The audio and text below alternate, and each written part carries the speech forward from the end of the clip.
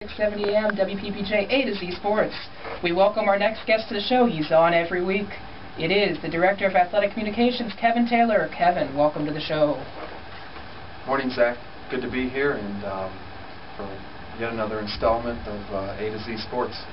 We're going to just start with, just go right into it. Men's basketball, they've done well this season. Obviously, they went 1-1 last week, and the outcome against Walsh was not the outcome they desired. But what do you make of their efforts thus far in the season, considering they are smack dab in the middle of that AMC playoff race? Well, I think you hit on the key point there at the end. They do find themselves right in the middle of the AMC race. It's sort of been an up and down year for the Pioneers, a lot of ups and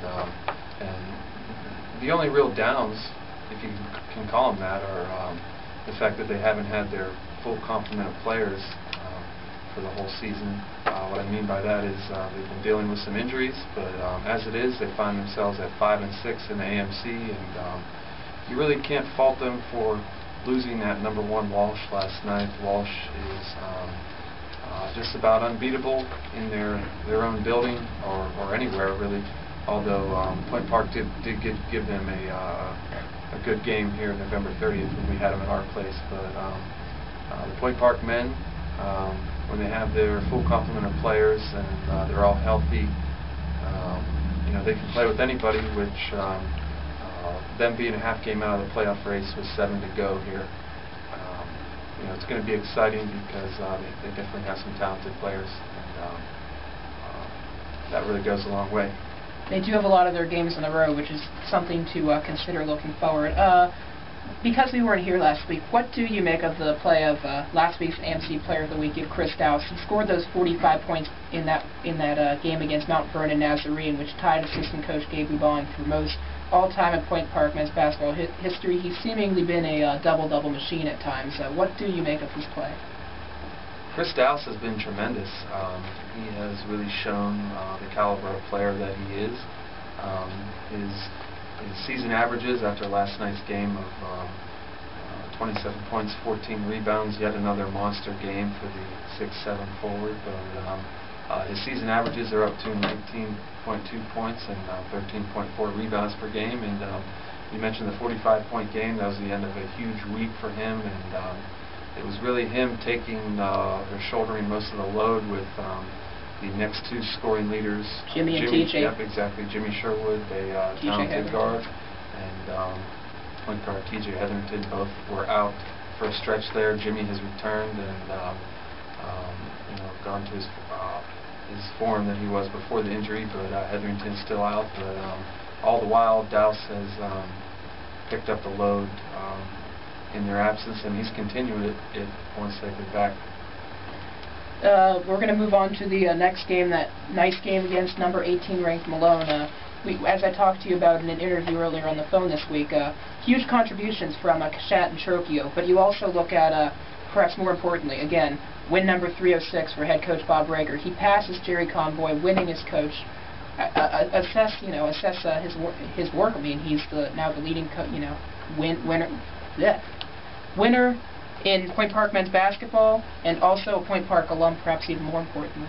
Yeah, exactly. It's a real proud moment for Coach Rager to be the all-time winningest coach here at Point Park, his alma mater.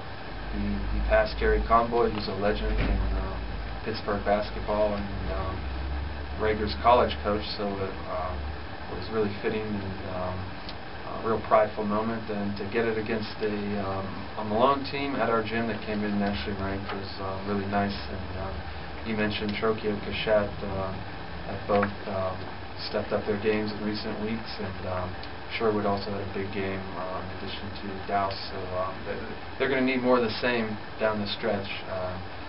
We didn't really see so much of the balanced attack in losses recently to Notre Dame and Walsh, but they're going to have to find a way to get everybody playing well if they're going to get to where they need to go. Moving on to their counterparts, Point Park women's basketball team. You look at it's been a tough week and some change. It's been 3 hard-fought losses. The first one against Malone, they started down early. Their shooting percentage was low.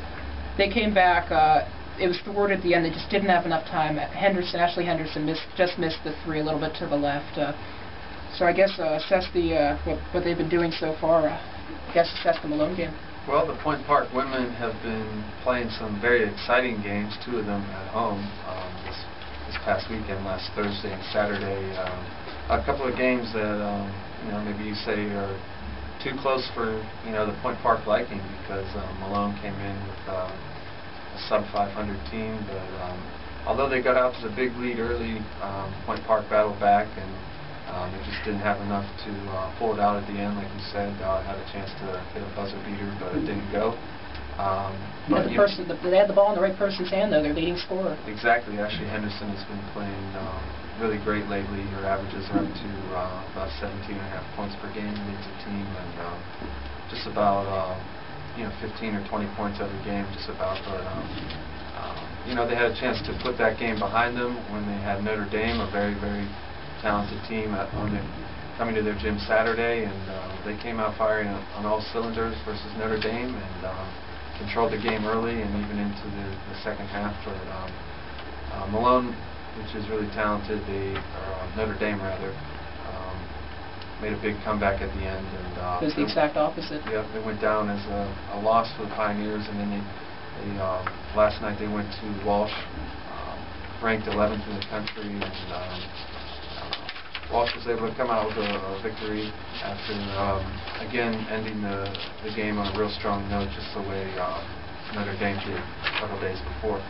Yeah, it's very, very hard noting the Walsh game. They had the 25-2 run at the end of the game, and it's really, really hard to win when it's that kind of a deficit. But we've mentioned Ashley Henderson and the point scorer, but she's also receiving a lot of help and support from her team. Some widespread scoring from Jocelyn Peterkin, April Austin, and Kristen Beatty, rather. What do you make of the widespread contributions from the team?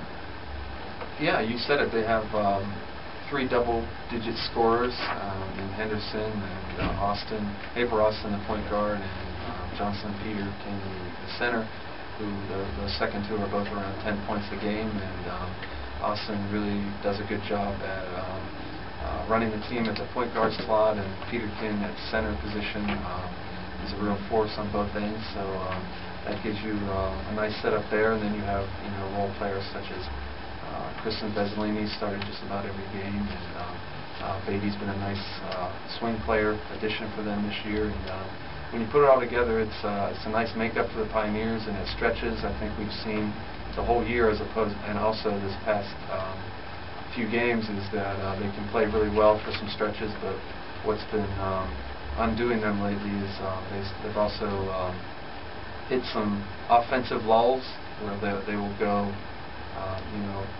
4 or 5 minutes without scoring a great deal, and it's just put them behind. But if they can avoid the long droughts where they come up empty on the offensive end, there's not that much difference between them and some of the top teams in the conference. As a final note to the listeners, the Point Park women's basketball team, I believe it was 3-7 in the AMC right now, so that is holding them back if you're looking at the playoffs. Well, it's 3-8 after 3-8 after the loss, yes. Yep, exactly. 3-8. That leaves them 3.5 out of the playoff race with 5 to go, which stranger things have happened, but they have a lot of making up to do. But that's why they play the games. We'll see what they can do over the last couple weeks. Changing gears, we'll move around the bases here with Point Park baseball.